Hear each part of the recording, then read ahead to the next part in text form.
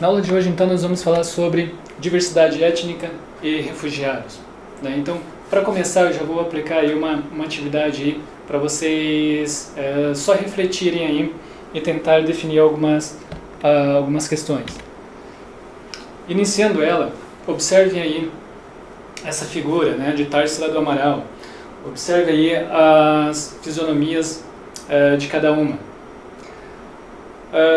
Observe ali as características físicas, né, as questões ali, observe ali as diferenças, vamos pensar assim, ok? Nas condições ali da sua fisionomia.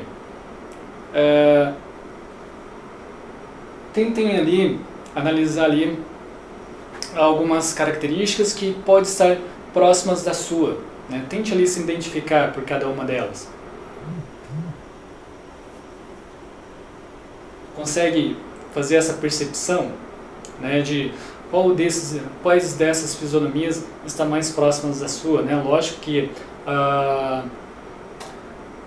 ela não é tão idêntica, vamos pensar assim, mas o que estaria mais próximo? Conseguiram perceber alguma característica? Então, para que a gente possa discorrer um pouco sobre essa informação, a gente pode iniciar pelas condições que nós temos a grande diversidade. Isso quer dizer que nós não somos um povo único, né? Não temos apenas um povo, uma etnia, né? Nós temos aí várias etnias, principalmente aqui no Brasil, né? Nós temos aí uma grande diversidade étnica na nossa região, né? No nosso país. E aqui é uma imagem interessante que mostra aí essas diferenças também que nós temos no Brasil. Lembra-se ali que nós tínhamos comentado sobre população e os processos migratórios. Isso fez com que o nosso país ele se tornasse aí um país não tão assim diversos, né, mas só que a gente percebe que ele sim teve aí na sua história várias misturas de raças, né? Então, dito isso, a gente pode entender, então, vamos pensar ali o que é etnia, né? Então, para a gente entender, podemos dizer o seguinte: entende-se por determinado grupo de população que se conhece e está integrado por tradições, modos de vida, costumes, referências e símbolos próprios. Será que o Brasil tem apenas uma tradição? O Brasil, será que só tem um modo de vida, né? Só tem o mesmo, assim, exemplo, de norte a sul do Brasil? Será que ele tem a mesma... são os mesmos modos de vida ali, seu dia a dia? Será que são idênticos, né, do sul ao norte do Brasil? Será que as suas referências e símbolos próprios, será que essas referências únicas no nosso país e no nosso estado? Será que ela também é idêntica, tanto em todas as partes aí, desde a capital, interior do Paraná? Será que elas também são idênticas? Então, aí a gente percebe aí algumas questões, né? Então, lógico, nós temos ali alguns costumes, os costumes ali, tanto nas questões da própria língua, né? A gente percebe que o brasileiro, sim, né? Mas lógico, a gente observa nos seus históricos, a gente percebe que ela acaba adquirindo aí vários imigrantes. Lembra ali que a gente tinha falado na aula anterior sobre o processo migratório. Então, aqui no Paraná, né, a gente pode observar ali, só uma observação ali, né, na tela. Vocês podem observar que a população do Paraná é formada por aproximadamente 28 etnias diferentes, destacando-se para a indígena, os alemães, italianos, os árabes, quilombolas, entre outras, né? Então a gente percebe a diversidade que o Paraná tem nesse aspecto aí da própria etnia, né? Nós não temos uma cultura aqui, lógico, né, com essa misturas de etnias, a gente percebe assim que no nosso território não temos assim uma específica, né? Porque cada região aí a gente vai perceber que ela tem aí uma cultura um pouco diferente da outra, né? Exemplo, na região de Curitiba não é mesmo da região norte e noroeste do Paraná, né? A sua cultura, né? A gente percebe exemplo para ficar assim um pouco mais, ficar um pouquinho mais claro. Na região sudoeste, a população ali tem costumes ali de beber o chimarrão, né? Já na região norte e noroeste, a população não é tão adepta assim a esses costumes, né? Porém, a gente percebe ali que nessas diferenças são aí o que faz parte da cultura do Paraná. Na imagem aí, onde fala sobre a diversidade étnica, a gente vai perceber ali os países principais que têm essa diversidade. Então, observe que na região lá da África, é um dos países, né, o continente africano, é uma das regiões que mais tem essa diversidade étnica no mundo, né? Depois o Brasil, ele está no, digamos, intermediário, ok? Se vocês observarem deixa eu só aproximar aqui a tela. Se vocês observarem ali na legenda, vocês vão perceber ali dos mais homogêneos para os mais diversos. Então aqui no Brasil ele está no intermediário, e já na região ali, exemplo, na Argentina, ele já não é tão diversos assim como no Brasil, ok? Como também aqui no Paraná, a gente percebe essas diferenças étnicas.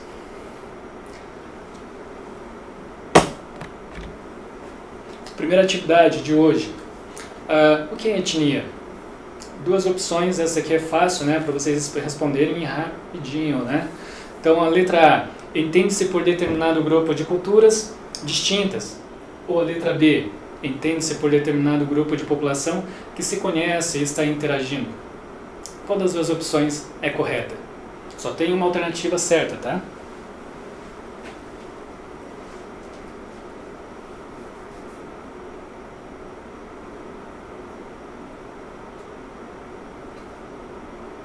Então, pessoal, conseguiram responder aí a questão? Vamos lá então. A resposta correta é a letra B. Entende-se por determinado grupo de população que se conhece e está interagindo. Então aí quando a gente observa assim, para ficar também assim como exemplo, para a gente entender nessas diferenças, né, onde fala sobre essas questões étnicas, vamos imaginar aqui, para aqueles que não conhecem, para aqueles que não falam uma segunda língua, se eu chegasse aqui e simplesmente falasse árabe aqui, ou alemão, italiano, será que vocês conseguiriam compreender o que eu estaria passando para vocês? É bem provável que não, né? Lógico, exceto aqueles que já têm o domínio de uma segunda língua, né? Aqui nessa próxima tela aí nós vamos iniciar aí falando sobre os refugiados, né? O que é os refugiados? Os refugiados aí é quando as pessoas se deslocam,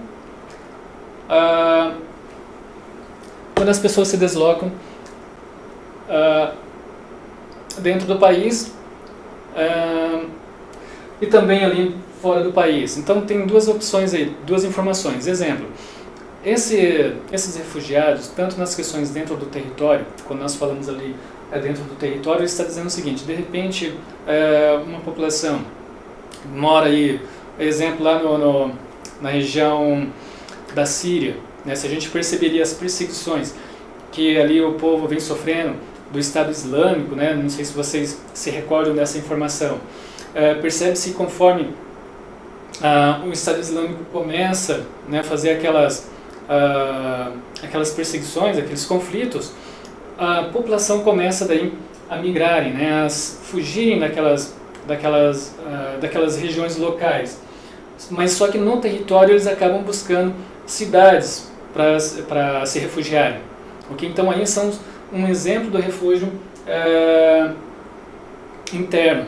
Tá? Então a outra opção seria lá quando eles saem dessa região e buscam um outro país em busca de novos de refúgio, né? Nova segurança, vamos pensar assim. Okay? Então eles saem ali pelos conflitos internos, não acaba sendo também uma obrigação, né? Eles acabam sendo obrigados a saírem dali, porque, lógico, tem as condições ali também que correm risco, perigo de vida, né?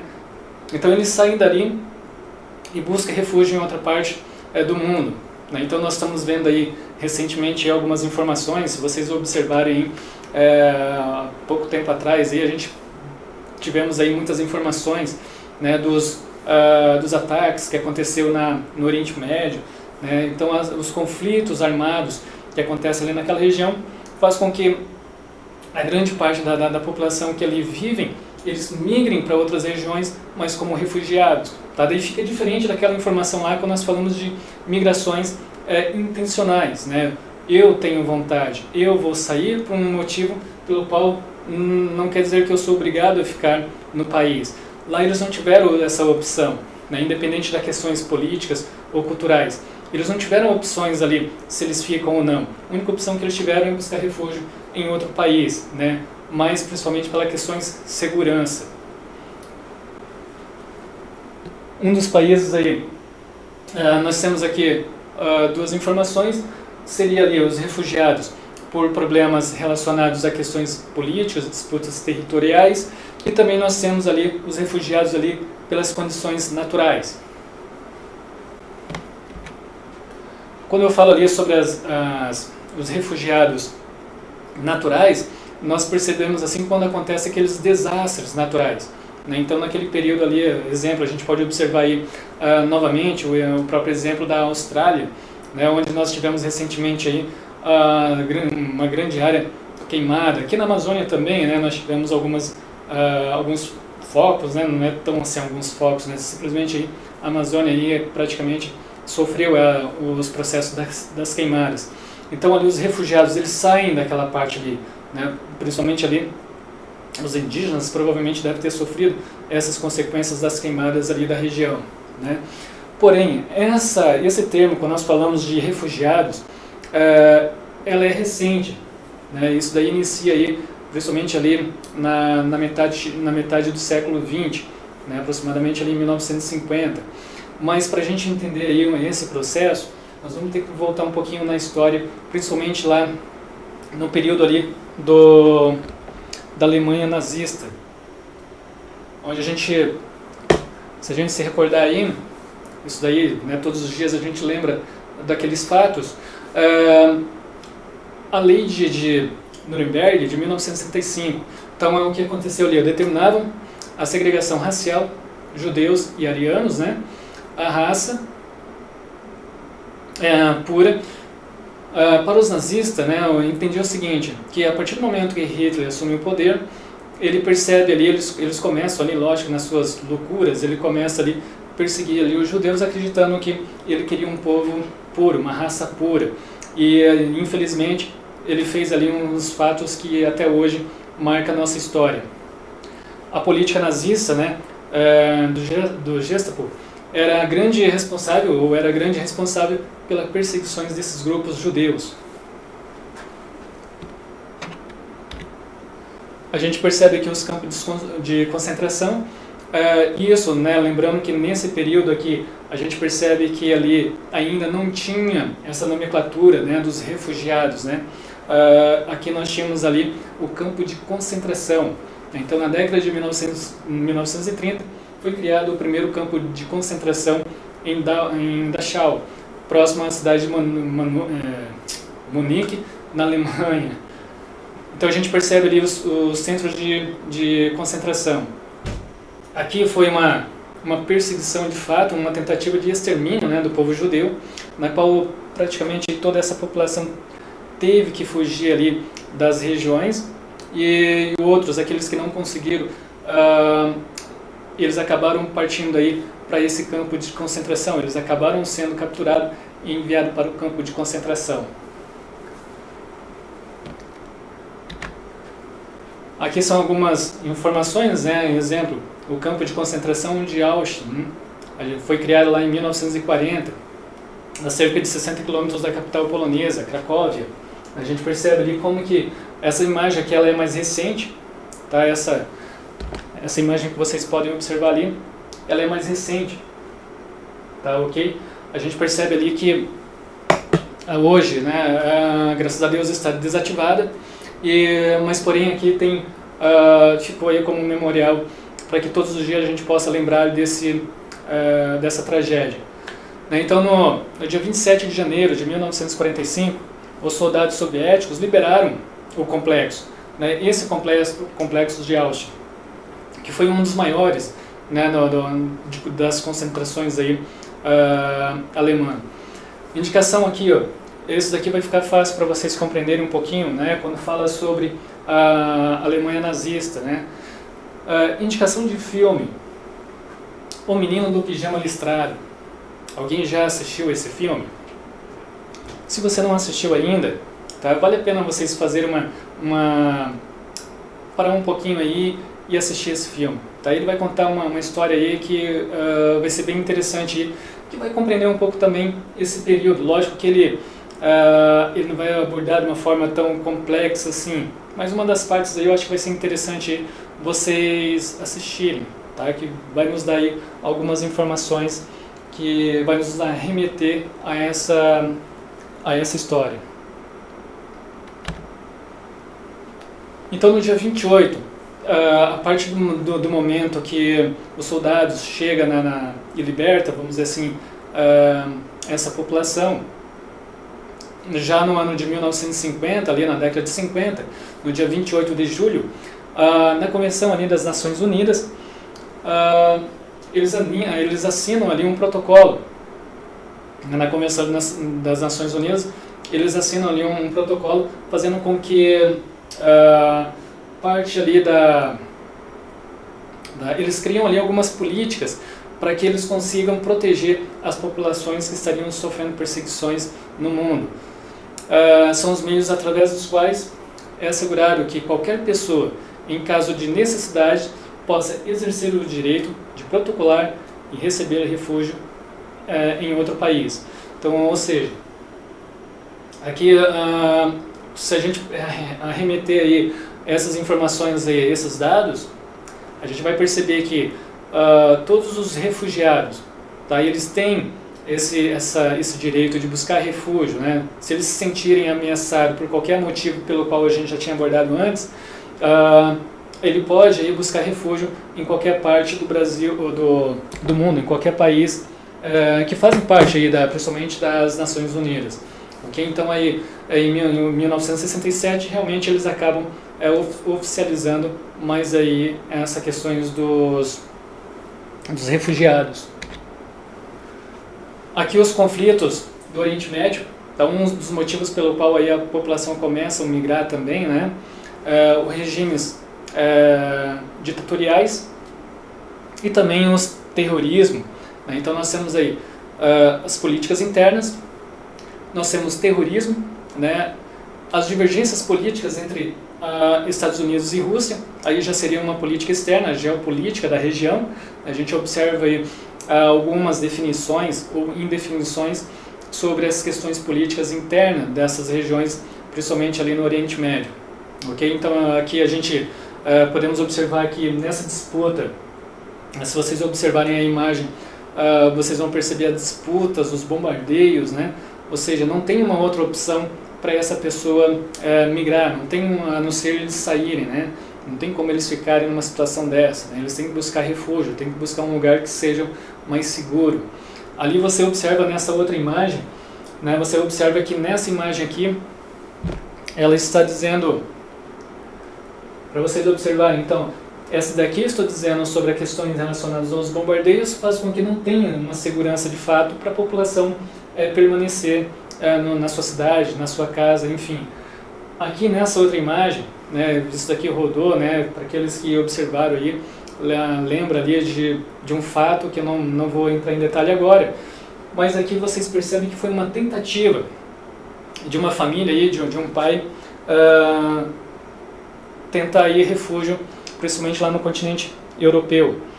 Tá? Então aí, nessa tentativa de buscar refúgio, a população eles não medem esforços para encontrar um território seguro. Tá? Eles não querem saber os riscos. O importante é chegar no objetivo, né, que é buscar aí seguranças num lugar um pouco mais seguro do que aquela região original, tá? Então, da origem para o destino. Então, se o destino é melhor do que a origem, é melhor eu ir seguir adiante. Aqui o outro exemplo que nós temos está relacionado aqui na nossa região. Tá? Então, aqui nos conflitos, nas disputas políticas na nossa região. A crise na Venezuela. Então, isso é mais recente, porém, faz com que muita população também busque, não tem também, né? Lógico que não é do mesmo nível quando a gente fala do Oriente Médio, mas só que as condições atuais, a gente percebe que eles não têm também condições de permanecer no seu país de origem, eles então acabam buscando tentativas de melhorias nos países vizinhos. Então ali, crise econômica na Venezuela, são sanções impostas pelo governo dos Estados Unidos, não é o único objetivo, tá? Não é o único fator que fez com que a Venezuela sofresse os problemas atuais, né? Não só foi esse problema relacionado aí às sanções, ela teve também o período ali da crise do petróleo, né? Então, ou seja, como a Venezuela é um dos maiores produtores, tanto é que ela faz parte aí da OPEP, né? Então, das organizações aí de produção de petróleo mundiais. Então a gente percebe ali que a Venezuela na crise de 2014, ela acaba sofrendo aí um grande baque, porque a partir do momento, como ela é grande fornecedora, grande produtora de petróleo, o preço do barril cai, então e a sua economia é baseada dentro do preço do próprio petróleo, então fez com que realmente elas perdessem aí o seu equilíbrio econômico interno. Então, ou seja, você já tem um problema, uma crise econômica associado às sanções norte-americanas, e isso junto acabou criando aí um grande colapso, né, no país, na Venezuela. Depois nós tivemos ali a política, ela inicia lá em 2002, tá? Então em 2002 a política ali já tem ali aquelas tentativas, né? Alguns denominam como tentativa de golpe, né? Não sei se vocês se recordam disso, mas provavelmente aí, eu acredito que sim, qualquer coisa vocês façam uma pesquisa rápida, vocês vão perceber, vão lembrar desse fator. Então essa crise política, ela tem mais intensidade no início de 2002, né, com a tentativa de golpe ou de derrubar o governo chavista, e é intensificada em 2018, tá, por Juan Guaidó. Então a gente percebe assim que, lógico, até então assim as informações ainda não são tão objetivas, a gente percebe assim algumas disputas políticas na região, né? Então aí em 2018 nós tivemos aí essa grande explosões, né, de conflitos, né, políticos, fez com que a própria população sofresse, né? Então só nessa informação da Venezuela já fica mais fácil para a gente compreender também as questões relacionadas aí a esse processo migratório por essas disputas, né? Então a gente percebe econômica e política, porém quem sofre com tudo isso não são o poder, não é as pessoas que estão no poder, e são sim a civilização comum, as pessoas comuns que acabam sofrendo essas consequências.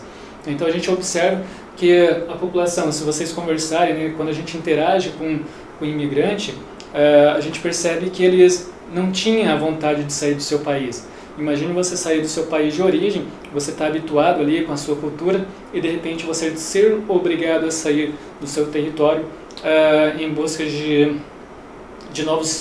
novas fontes, né, de melhores condições de vida. Os refugiados no Paraná. Então nós tivemos aí a chegada aí recentemente de várias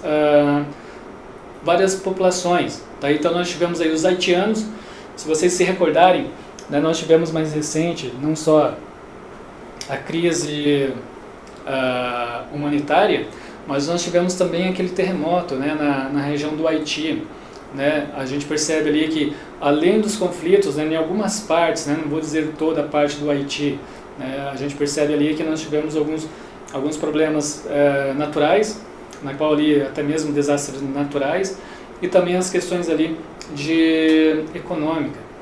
Isso fez com que muitos imigrantes eles deixam, né? Os imigrantes, né, eles acabam deixando ali o seu país e chegando aqui no Brasil. E no Brasil, o Paraná acaba recebendo aí cerca de 538 haitianos. Os cubanos também, né, chegaram aqui no nosso território. Dentre eles, nós podemos observar aí os marroquinos. Então, os marroquinos, quando a gente vai falar sobre eles, vamos lembrar lá daqueles fatores, disputa de poderes, né, aquelas guerras, aqueles conflitos internos que temos ali no Oriente Médio, né? O Marrocos faz parte desses conflitos também, né, nas questões regionais. A Venezuela, como já tinha dito antes, né, chegou aí cerca de 532 refugiados até então, né? Lógico que esse número pode ter aumentado.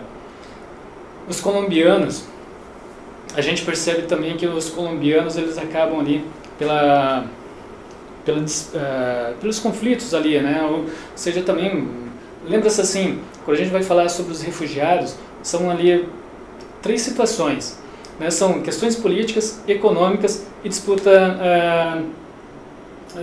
de poder. Vamos pensar assim, lógico que a política está relacionada ao poder, mas ali a gente percebe que, se a gente olhar no Oriente Médio, a gente vai perceber que ali também tem os conflitos religiosos também, tá? Que daí não entra diretamente, acaba sendo indireto, mas não diretamente voltada para a política, e sim questões religiosas, ok?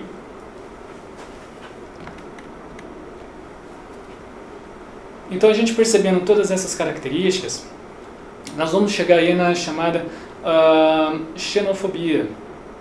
O que é xenofobia? Né? O que nós podemos entender, o que nós podemos aprender sobre xenofobia?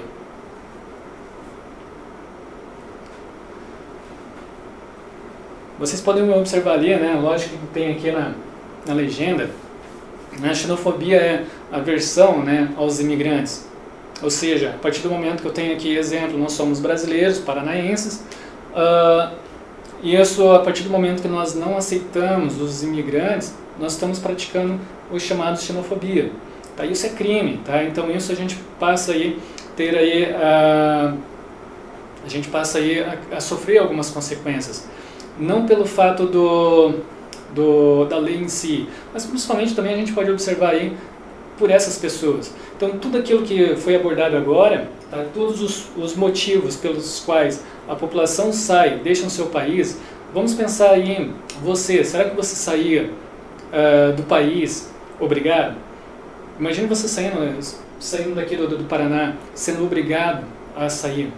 Será que você consegue se colocar no lugar dessas pessoas que estão chegando no Paraná, no Brasil?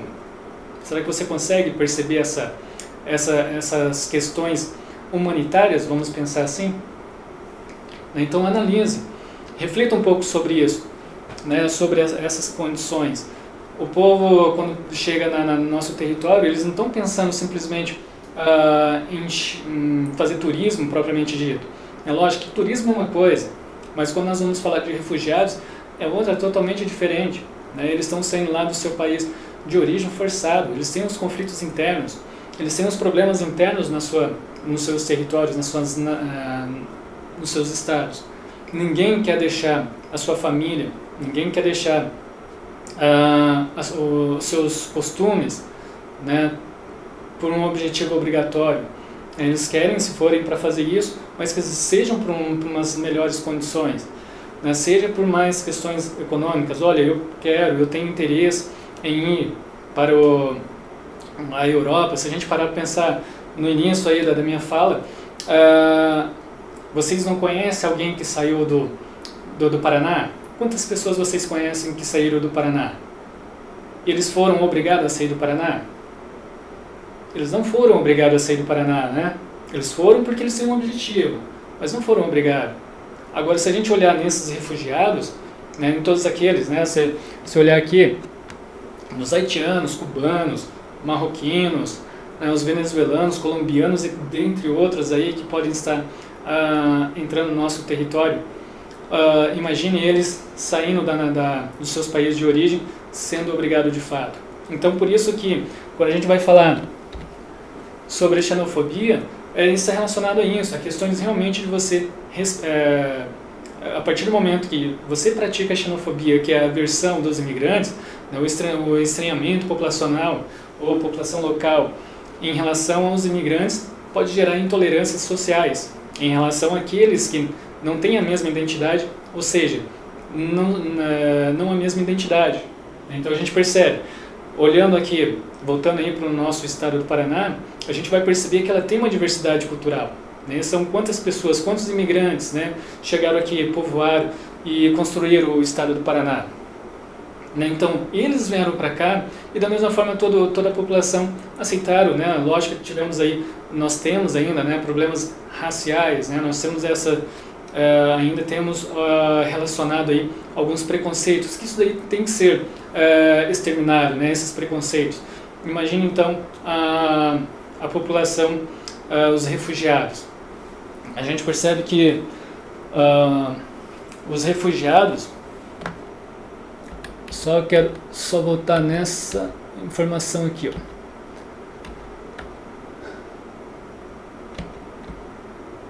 Essa daqui. Então aqui, a partir do momento que a ONU, eles conseguem aí, praticamente definir o que é um campo dos refugiados, e isso faz com que realmente as políticas públicas dos países que fazem parte desse bloco, eles acabam olhando, tendo uma visão um pouco mais direta, um olhar um pouco mais detalhado para essa população. Então, vamos dizer assim, não era bem uma obrigação, lógico, acaba sendo uma obrigação, né, porque eles fazem parte do bloco, né, os países fazem parte do bloco. Né, então, mas a questão não adianta só o poder público fazer essa entrada, dar toda essa liberdade, mas também a população também tem que pensar um pouquinho relacionado a esses fatores, aceitar, lógico, da melhor forma possível, né? E a partir disso, lógico que quando nós saímos do nosso país e vamos para um país, qualquer país do mundo, né? Seja europeu, norte-americano, né? na Ásia, no continente africano, nós vamos sofrer também algumas consequências na pele. Algumas pessoas já saíram, né, por vontade própria, volto a dizer, daqui do Paraná, em busca de novos recursos. Imagina aquelas pessoas que saíram. Muitas pessoas não falam que a vida lá fora, né, a vida na Europa ou nos Estados Unidos é complicada, as pessoas têm preconceitos, né, não tem esses dialetos, né, as pessoas não conversam, não comentam sobre isso. Agora imagine, você foi por sua própria vontade para a Europa, para os Estados Unidos, para o Canadá, enfim, você foi pela sua própria vontade. Então você assumiu os riscos de você migrar para uma nova região. Se você foi pela sua vontade própria, então você percebe que, assumindo seus riscos, então você vai entender um pouco nesse aspecto. Eu não estou querendo dizer que os aspectos dos países internacionais estão corretos. Não, a questão não é isso. Eles também estão errados porque eles estão praticando o que nós chamamos como xenofobia. Né? Eles também estão errados. Mas não quer dizer que, pelo fato deles estarem errados, nós vamos também praticar da mesma forma. Eu acho que não tem aquela, né? Já foi a ideia lá a questões eu bato e tem aquela questões de disputa, né? Vamos dizer assim, o troco é na mesma moeda, né? Como aquele termo que a gente conhece muito bem, né? Vou dar o troco na mesma moeda. Então não é só pelo fato de eu sofrer as consequências nos países internacionais, quer dizer que eu vou fazer a mesma coisa aqui no Brasil. Eu acho que isso daí é um pouco mais coisa do passado, né? Não vale a pena a gente pegar e ficar pensando muito nisso, né? Então o que a gente precisa saber agora, o que a gente precisa fazer agora é olhar para esses refugiados, né? Volto ali, quando a gente sempre fala dos conflitos, olhe aí para essas informações, né? Percebam essas movimentações, o porquê que eles estão saindo. Eles não estão fazendo isso porque eles querem. Então isso vale a pena a gente pegar e parar um pouco para pensar e refletir um pouco sobre as condições dos refugiados no Brasil.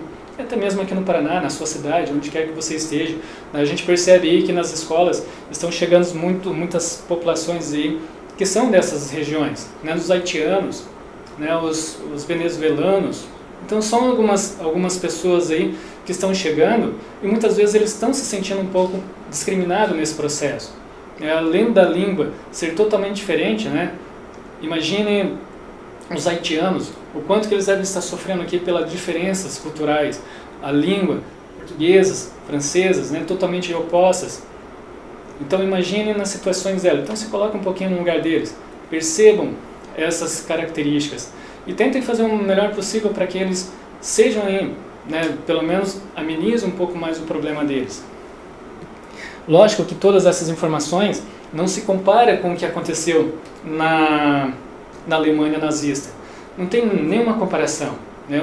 Eu coloquei ali como exemplo na aula, mas para que a gente pudesse entender, lógico, como que inicia os tratados dos refugiados.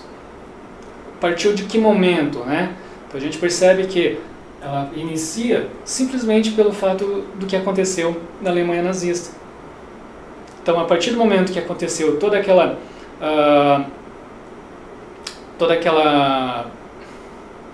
tentativa de dizimar uma população, uma cultura, todas as pessoas que sofreram até aquele momento, daquela assinatura, daquela convenção da ONU, eles não tinham nenhum respaldo dos países internacionais, praticamente, né? Se você observar, né, em várias partes do mundo, nós tivemos alguns países que também perseguiram os judeus porque eles eram associados aí eles tinham esses blocos próximos, né, da linha nazista, né? Então, ou seja, eles acabavam não aceitando os imigrantes judeus, né? Isso acabou refletindo nessa tentativa de extermínio, né? O que complicou mais a vida dos judeus em todos os aspectos, né? Em várias partes do mundo não aceitaram, tanto é que eles tiveram que se esconderem, né, para que eles não sejam vistos e perseguidos, e até mesmo o que aconteceu, né, foi mortes aí em larga escala, né? Então, ou seja, precisou aqueles problemas acontecerem para depois seguir uma nova organização, né? Então precisa daí de uma nova condições para fazer com que a própria população, os países membros da própria ONU, chegasse à conclusão de que eles têm que sim, né, fortalecer aí e buscar melhorias, né, da melhor forma possível, receber e tratar aí da melhor forma possível os refugiados. Ok, pessoal? Então aqui, xenofobia é a aversão aos imigrantes e o estranhamento da população local em relação aos imigrantes por gerar intolerância social em relação àqueles que não têm a mesma identidade, ou seja, não a mesma identidade. Ok? Então, nesse momento aí, a gente só fazendo aí uma reflexão, uma retomada, né, vamos falar assim. Então, para a gente fazer uma retomada, o que nós vimos? Nós entendemos até agora, nas 3 aulas, sobre o que é população, o que é os processos migratórios e aqui as diversidades e etnias. Ok? Então, essas 3 aulas aí a gente começa a perceber um pouco as formações culturais territoriais na nossa cidade, nas nossas regiões, né, as diversidades também, como foi colocado aí no estado do Paraná, as culturas que desenvolveu o nosso estado. Ok? Bom, pessoal, então, a aula de hoje seria essa, né? Então, para encerrar, então, era informações sobre essas questões mais importantes aí que a gente pode abordar sobre as questões dos refugiados. Mais uma vez aí, né, pessoal, tenta aí fazer a melhor forma possível, né, sobre as questões desses refugiados. Tenta ajudar da melhor forma possível, ok? Pessoal, um abraço aí e até uma próxima.